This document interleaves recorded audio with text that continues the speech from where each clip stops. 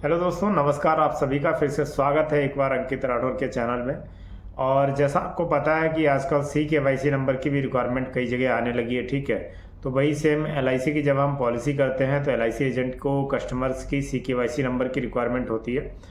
तो बिल्कुल इस वीडियो में आपको पता चलेगा कि कैसे आप कस्टमर्स की CKYC नंबर जनरेट करेंगे या कैसे आप अपना CKYC नंबर जान सकते हैं, ठीक है।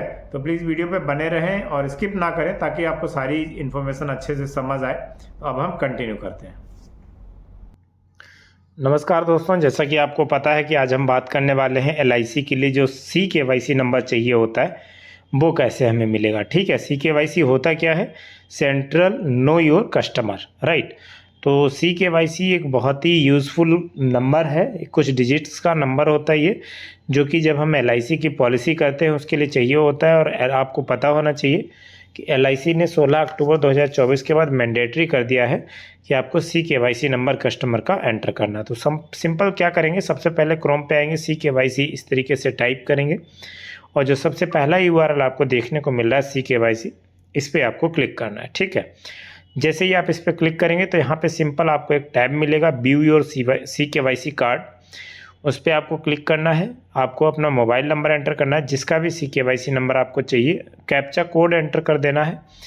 और फिर आपको क्या करना है, नेक्स्ट पे क्लिक करेंगे तो एक OTP जाएगा रजिस्टर्ड मोबाइल पे, वो OTP आपको यहाँ पे एंटर कर देना है, ठीक है। OTP एंटर करने के बाद आपको सबमिट करना है। जैसे ही सबमिट करेंगे तो यहाँ पे डिटेल्स आ जाएगी कस्टमर की, और उसको फिर यहाँ पे सिलेक्ट करना है आपको, ड्रैग करके इस तरीके से थोड़ा सा आपको राइट साइड में आना है। यहाँ पे ऑप्शन दे रखे हैं तो उसमें आपको सिलेक्ट करना है, देन सबमिट पे क्लिक करना है, ठीक है। इस तरीके का पेज आएगा। यहाँ पे आपको कुछ नहीं करना है, आपको सिंपल सा वापस जाना है अपने SMS बॉक्स में।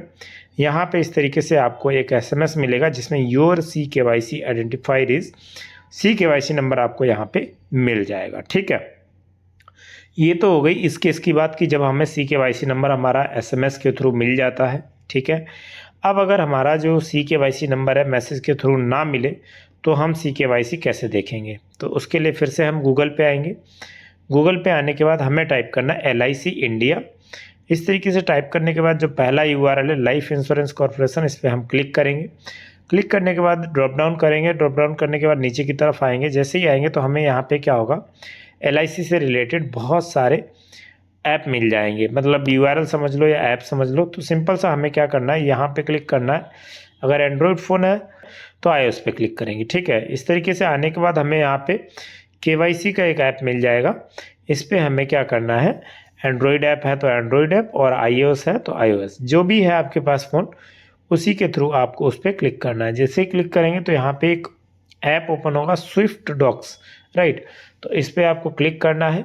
क्लिक जैसे ही करेंगे तो ये क्या होगा, कुछ ही देर में आपके फ़ोन में इसको ओपन कर लेना है। ओपन करने के बाद लॉगिन पे क्लिक करना है। लॉगिन पे जैसे ही क्लिक करेंगे तो आपको क्या करना है, एजेंसी कोड एंटर करना है, एजेंसी कोड, और जो भी मोबाइल नंबर रजिस्टर्ड है वो मोबाइल नंबर आपको यहाँ पे एंटर कर देना है। सेंड OTP पे क्लिक करेंगे।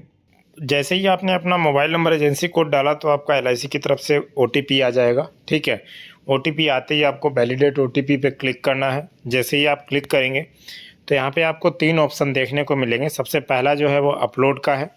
तो अपलोड का मतलब होता है कि आपके जो भी कस्टमर हैं उनकी CKYC नंबर आप यहाँ से उनका अपलोड कर सकते हैं, डॉक्यूमेंट उनके यहीं से अपलोड कर सकते हैं, ठीक है। जो CKYC के डॉक्यूमेंट होते हैं वो आपको यहीं से अपलोड करना है। रिकॉर्ड का मतलब होता है जो भी CKYC आपने अपलोड की इसमें, वो सारी की सारी आपको यहाँ पे देखने को मिल जाएंगी। उसके बाद DIY का ऑप्शन होता है कि आप जो है CKYC के लिए जो लिंक है वो अपने कस्टमर को शेयर कर सकते हैं यहीं से। तो अभी के लिए हम क्या करते हैं कि अपलोड कर लेते हैं। मैनुअल जो ऑप्शन है वही हम अपलोड करेंगे। तो इसमें ऑफलाइन का भी है, मैनुअल का भी। अगर ऑफलाइन करना है तो आपके पास आधार कार्ड का जिप फाइल होना चाहिए, तभी आप ऑफलाइन जो है कर पाएंगे। मैनुअल के लिए हमें डॉक्यूमेंट अपलोड करने पड़ेंगे। तो उसके लिए हमें क्या करना है, इस तरीके से हम आएंगे यहाँ पे। तो आपको यहाँ पे डॉक्यूमेंट की रिक्वायरमेंट दिखेगी, यहाँ पे कोई भी proof of address and identity number. तो हम क्या करते हैं, आधार कार्ड को सिलेक्ट कर लेते हैं, ठीक है। आधार कार्ड को सिलेक्ट कर लेंगे। आधार कार्ड को सिलेक्ट करने के बाद, क्योंकि बहुत सारे ऑप्शंस हैं लेकिन आधार कार्ड ही आजकल बहुत ज़्यादा चल रहा है, तो आधार कार्ड को सिलेक्ट करने के बाद एंटर आधार नंबर लास्ट 4 डिजिट। तो आधार के जो लास्ट के 4 डिजिट हैं वो हमें यहाँ पे एंटर कर लेने हैं, ठीक है। उसके बाद हमें क्या करना है, देखो ध्यान से देखना ताकि कोई चीज़ अगर स्किप होगी ना तो आप नहीं कर पाएंगे। उसके बाद हमें डॉक्यूमेंट अपलोड करना है, पहले फ्रंट और फिर बैक इमेज। तो हम क्या करते हैं कि पहले जो फ्रंट इमेज है वो अपलोड करेंगे और 2 MB से कम होना चाहिए, इस चीज़ का आपको ध्यान रखना है, ठीक है। तो अब हम क्या करेंगे, अगर आपका साइज़ ज़्यादा है तो आप क्रोम पे जाके साइज़ कम भी कर सकते हैं, और नहीं तो साइज़ सेट करके आपको यहीं पे अपलोड करना है, राइट। अभी हमें क्या करना है, अपलोड जो है यहाँ पे हमें फ्रंट पे क्लिक करना है। अब यहाँ पे पूछ रहा है please mask first 8 digit of Aadhaar number. आपको ध्यान रखना है जो आपका आधार नंबर होगा उसके शुरू के 8 डिजिट जो है वो आपको मास्क करके रखने हैं। वो कैसे होंगे वो भी आपको दिखाते हैं कि जैसे हमें यहाँ पर आधार कार्ड अपलोड कर लिया है, इसमें एक यहाँ पे साइन आएगा ब्रश का, उस पर आपको क्लिक करना है। जैसे ही आप ब्रश पे क्लिक करेंगे तो यहाँ पे जो शुरू के 8 डिजिट हैं उनको आप क्या करेंगे, इस तरीके से ब्लैक कलर से हाइड कर देंगे, राइट।